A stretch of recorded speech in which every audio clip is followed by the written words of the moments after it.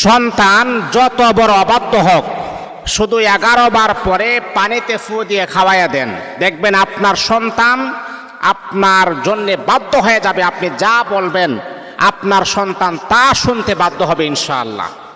অনেক সময় আছে যে দেখেন, এই যে একজন বাবা কি পরিমাণ পরিশ্রম করে, একজন বাবা মাথার ঘাম পায়ে ফেলে অক্লান্ত পরিশ্রম করে, কেন?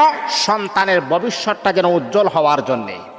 প্রত্যেকটা মা বাবার একটা ইনস্ট্রাকশন, একটা দিক নিদর্শন থাকে যে আমার সন্তান, আমি যেই পরিমাণ রোদ্রে কষ্ট করতেছি, আমি যেই পরিমাণ আকাশের নিচে এত গরম, প্রচণ্ড গরমে যেই পরিমাণ কষ্ট আমি সহ্য করতেছি, আমার সন্তান যাতে করে ওই পরিমাণ কষ্ট যেন না করে।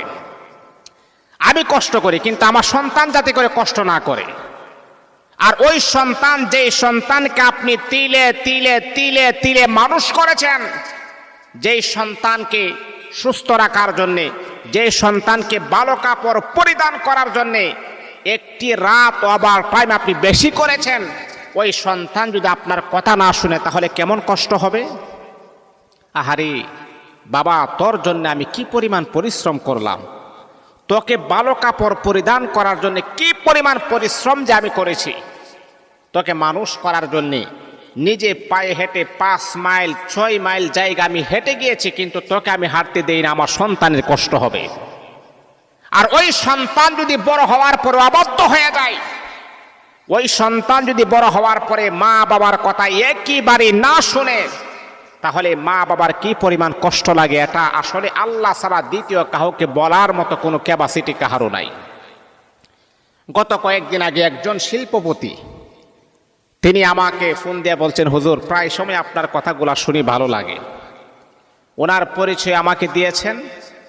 এক পর্যায়ে আমি তাকে বললাম, আসলে কথাবার্তা বলতে গেলে তো বন্ধুর মতো হয়ে যায়। এক পর্যায়ে আমি ওনাকে বললাম যে, জনাব, আল্লাহ তাআলা তো আপনাকে অনেক নিয়ামত দিয়েছেন, আপনি তো অনেক সুখী। এই কথা বলার পরে ওই লোকটা কথাগুলো একটু নরম হয়ে গেছে, মানে কথাগুলা বোঝা যায় যে উনি কান্না করতেছেন।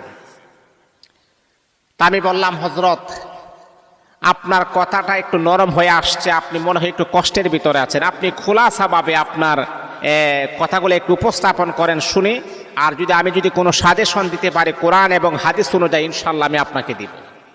তখন বলতেছে, হুজুর, আজকে আল্লাহ পাক আমাকে অনেক নিয়ামত দিয়েছেন, আমার ব্যাংক ব্যালেন্সের অভাব নাই, আমার ধন সম্পদ আল্লাহ যথেষ্ট পরিমাণ আমাকে দিয়েছেন। হুজুর, আমার একটা মাত্র সন্তান, হুজুর আমার একটা মাত্র সন্তান, এই যে আমার যে ব্যাংক ব্যালেন্স, টাকা